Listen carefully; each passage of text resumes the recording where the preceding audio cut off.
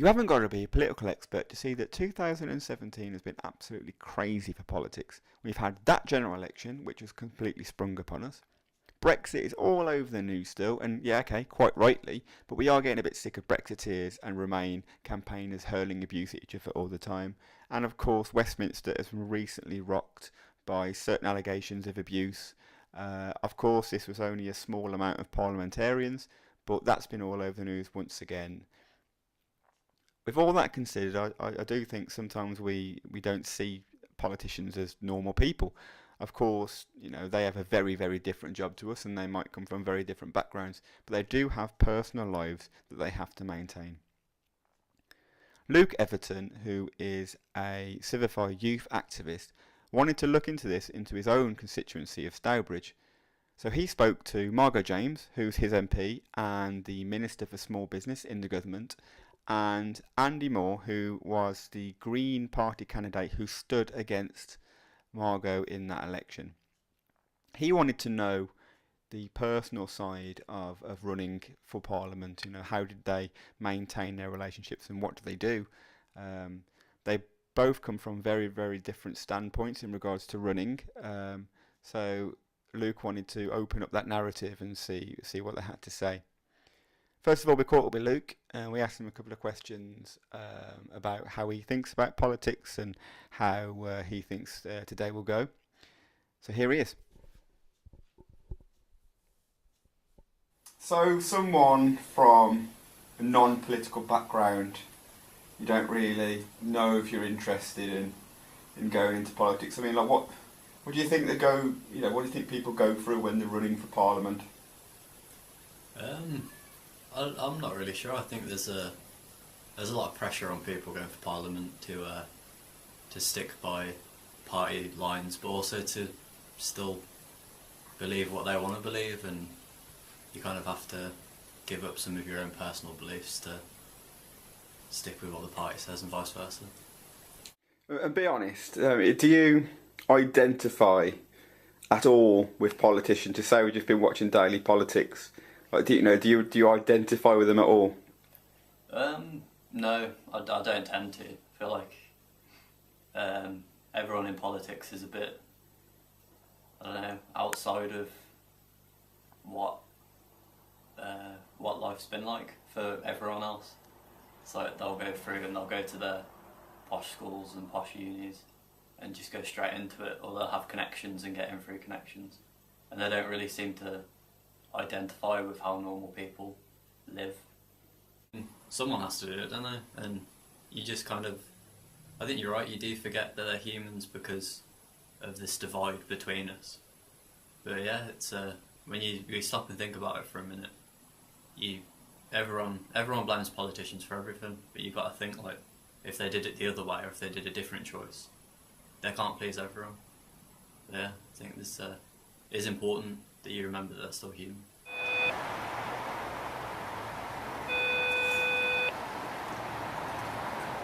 So Margot, Westminster seems like one hell of a hectic place to work. What's it like? It is indeed hectic. You've hit the nail on the head there. It depends. The atmosphere changes. It can be very frenetic and full of consternation and anticipation and uncertainty, as it has been this week, I think, when the Commons has been debating the committee stage of the European Union withdrawal bill. But then on other occasions, when there's legislation that isn't quite so, lighting a touch paper, then, it's a bit calmer, it's a bit more orderly, and a lot more work is done outside the main chamber. So it does depend on the business, basically. But it is always changing, always something different, something new, and many, many things going on at once. That's the other thing. Thank you. Before you took over Stourbridge, you contested the Holborn and St Pancras unsuccessfully, even though it must have seemed like a tall order at the time, considering it's nearly always been a Labour seat. What was it like dealing with defeat, and how did you move forward with it? Well, I've been around politics for quite a long time, It was definitely my second career, but I have been fascinated by it since my mid-teens. So I know the school.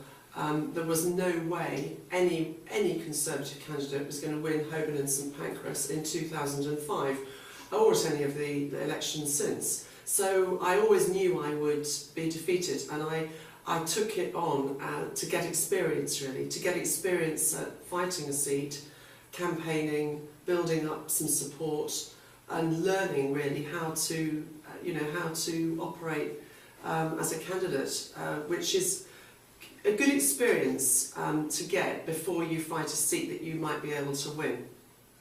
Okay. I sometimes think of being an MP as a bit like being a football manager. Very few people do it forever, and losing your job's always a possibility. Is that something that bothers you or any of your colleagues? Oh, I think so, yes. I think it bothers people to varying degrees. I think, to put it bluntly, if you are at risk of losing your seat, as in any walk of life, some MPs will be more employable afterwards, after they leave Parliament, than others. So, people worry, if they've got a family, it's very sudden. And people can be plunged into quite serious difficulties if they lose their seat suddenly and unexpectedly, as some people obviously did this year, back in June, on both sides. So it is something that worries people as well about, that most people do it because they love it. Most people do it because they have a passion for it. And to suddenly be denied that opportunity and it being taken away from underneath you is quite a soul-destroying process. I mean, it hasn't, touch wood, it hasn't happened to me yet, but I have on occasion dreaded it, to be quite honest. I've seen it happen to people, and it can be like a bereavement. On the other hand, some people take to it like a duck to water, and you see, take someone like Ed Balls. He lost his seat very unexpectedly in 2015. No one expected him to lose his seat. I should think he probably spent most of that election in other people's seats, more marginal than his own, possibly. But look what he's done with his time since. He's been a lecturer at Harvard University, he's written a book, he's been on Strictly Come Dancing and became a very popular figure. So, it's like anything else, really. It depends on the individual. And obviously being a minister, you make decisions that are incredibly important to the nation, and you are sometimes, and sometimes quite rightly, scrutinised for it. But at the end of the day, you're a human being, and it must get stressful at times and put a strain on your personal relationships. What do you do to deal with that kind of working life? Well, my partner is not into politics. She keeps abreast of the main events, she knows the top line, she has strong opinions on who she likes, who she doesn't like, and where we're going wrong. So she keeps me kind of my feet on the ground, really. And that's probably how I deal with it. I can switch off, and I don't have time to switch off very often, but I am capable of completely switching off. I like riding, I like walking in the countryside, I like the theatre. That's difficult to get to because we never finish in time to go to the theatre when Parliament's sitting. But I think it's important to keep some interests outside politics and keep up with your close friends. And in my opinion, whenever you can, always put your family first. Okay, that's the morbid stuff over with. You've had a successful business life outside of politics, so why did you choose it? What happened when you got the urge to run for Parliament? Was it like a eureka moment? Wow, I got the urge to run for Parliament many years ago, long before I even started my business. I got really into politics in my teens, as I said, and when I was at university, I went to London School of Economics and I chaired the Conservative Association, and I was very involved with the politicians of the day because they would come and speak up at LSE for us, because we weren't far from Parliament. And I was set on a course of standing for Parliament at some point. I didn't expect to do the whole business thing in between, but I did that. I did it that way round. There are pros and cons of going straight into politics at a relatively early stage in your career, or, like myself and many others, having a first career and then going into politics, you know, in your 40s, or I hate to say it, but I think I was in my 50s when I finally went in, and that is actually, I think, not great. I wouldn't advise people to leave it as long as I did. Okay. And for anyone who is a young person who's interested in entering politics, especially those living in the Black Country, what advice would you give them? Well, I meet a lot of them because I'm lucky to have King Edward's College in my constituency. They have a wonderful humanities department and fantastic politics and history teaching A-levels there. So I meet the students there. I also run an aspiration programme for all of Stourbridge's young people from year 9 upwards to open their eyes to the top universities and what they have to offer and the different careers on offer. I've got one coming up 2 weeks' time, and so I stay very much in contact with young people, and I always have them on work experience if they're interested in a political career. It's a good idea to get into an MP's office to see what it's really like day to day. Sadly, that has put some people off, but as many as that, it has further encouraged some people as well. And that, I think, you know, get some work experience with your MP, that's a good idea. I think start looking online at the various think tanks that develop policy ideas. There's a fantastic one that comes to mind called Policy Exchange, for example. There's the Resolution Foundation, that's another brilliant think tank, that are independent of political parties, but are really valuable, and they're resources we use as ministers to road test ideas and to check what we're doing against, you know, some realities. So I would say get involved in think tanks, write, you know, communicate, do interviews like you're doing, and get some work experience. And then I would say probably best to do something else first. Now you can just go into Westminster, become a researcher, get a job in an MP's office, and then maybe try to get to become what they call a special advisor to a minister. That's fascinating. It's a great job if you can get one. But that is difficult. It's not easy to come by. And then you can then get into Parliament. I have colleagues who've just done that. But increasingly, I think, people who select candidates are looking for some experience outside politics. So I would advise, you know, 5 or 10 years. In my experience of being in Parliament, the best preparation is undoubtedly to become a barrister. You know, my colleagues who've been at the bar, and solicitor to be fair, a lawyer of either side, either type, they start with a head start. Okay. Thank you very much for the interview. And like me, Civify is a collective of youth activists trying to get more young people into politics and evidence ways to hold decision makers accountable, stuff like the interview, for example. Is there anything else you'd like to say to them to finish? Yes, I would actually. I'd like to encourage people on the path to some political activity, whether it's standing for Parliament, standing for local council, or just joining a pressure group about something which you care deeply about. It does work. We are lucky in this country to have to live in a democratic environment. You know, there's nothing like being able to turf the government of the day out of office. It is a right that we as politicians respect. But all the time, I'm constantly reminded as a minister of the power of the democratic process. I've got a very, very wide portfolio, and I couldn't possibly be across it to a top standard every minute of every day. It's just too big. So there inevitably are things that perhaps get left a little bit too long, and there's nothing like a question in the House from an opposition member or a member of my own party to jolt you into thinking, God, I've got to get back onto that one. So it does work. I'm bringing in some legislation in the new year about the minimum wage to support low-paid workers, and that is as a direct result, really, of the lobbying that has been done by one of my parliamentary colleagues. He's had a meeting with me, he's asked questions in Parliament, and you know, I've worked it up into some legislation I'm introducing in the new year, so it really does work. Okay. Thanks very much. Thank you.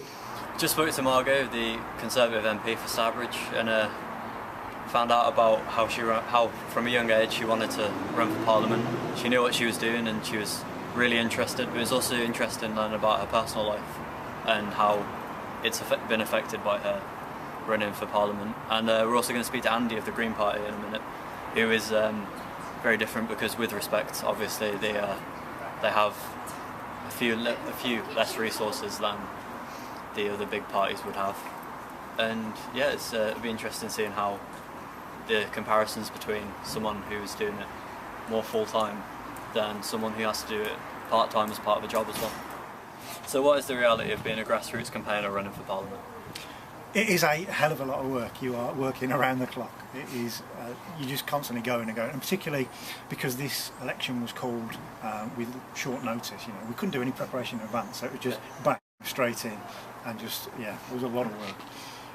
Okay, and with respect, I assume you have a little bit less financial resources available to you than other parties fighting for Stourbridge constituency. A little bit less, yeah, just a little bit less. We're under no illusions in the Green Party about what we're up against. Yeah. The Conservatives and Labour have got so much more resources than we do, and that means they can campaign in a completely different way than we can.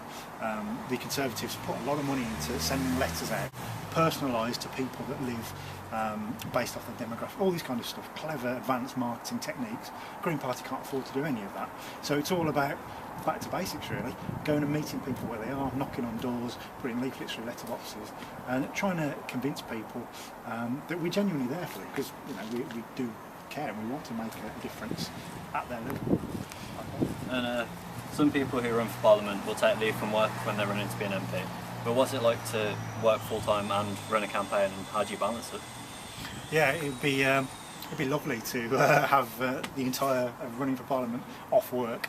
But sadly rent continues to be needing pay.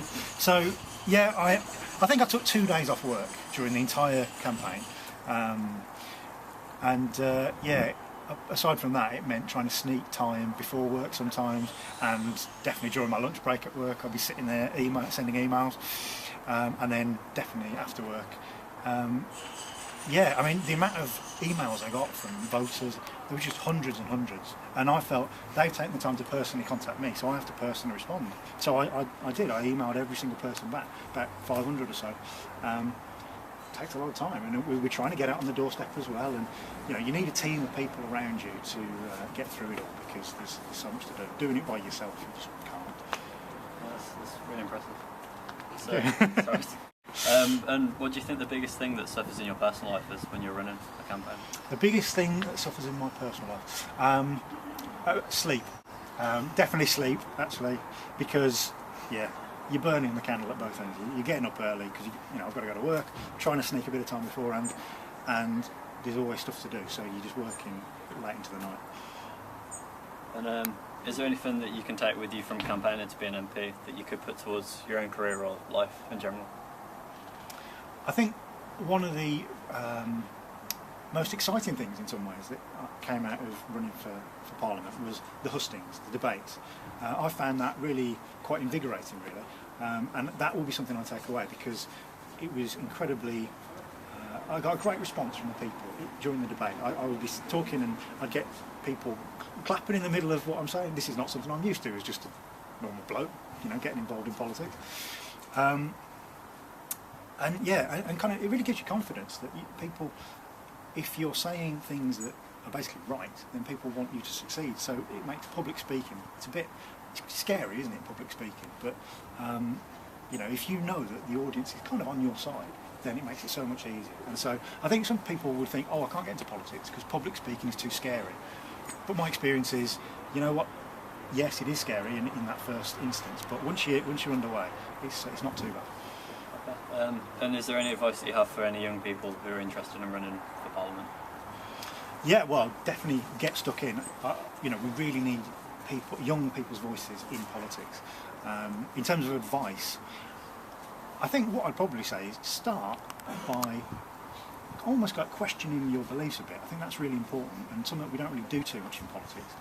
I would suggest go and have a look at websites like Political Compass, Vote for Policies. These are things that are quite independent, and based off the beliefs you have, the ideas, your principles, they will kind of show you which party you're most closely aligned to. And I would say go and do that, find out which party you agree with the most. Don't just kind of listen to what the politicians say, because what they say and what the policies really are aren't always that lined up.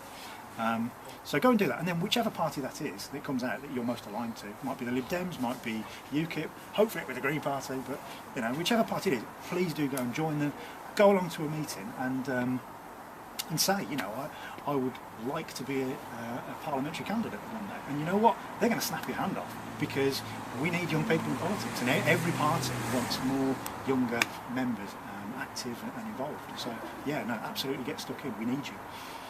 Thanks very much. Just spoke to Andy of the Green Party, who's a lovely guy, and it just confirmed what I thought before, that he's someone who had to work full time as well as campaign, rather than just being able to campaign by itself. And it's it's really interesting to see the other side of it, because you don't think of politicians as having to have jobs as well as work towards Parliament. So what have I learnt today? Well, before now I hadn't really ever thought of or seen politicians as even real people. You just see them on the other side of the telly and you don't think. And it's really nice to hear about the more personal side to them and get to know them as people rather than just things that are there. It's good.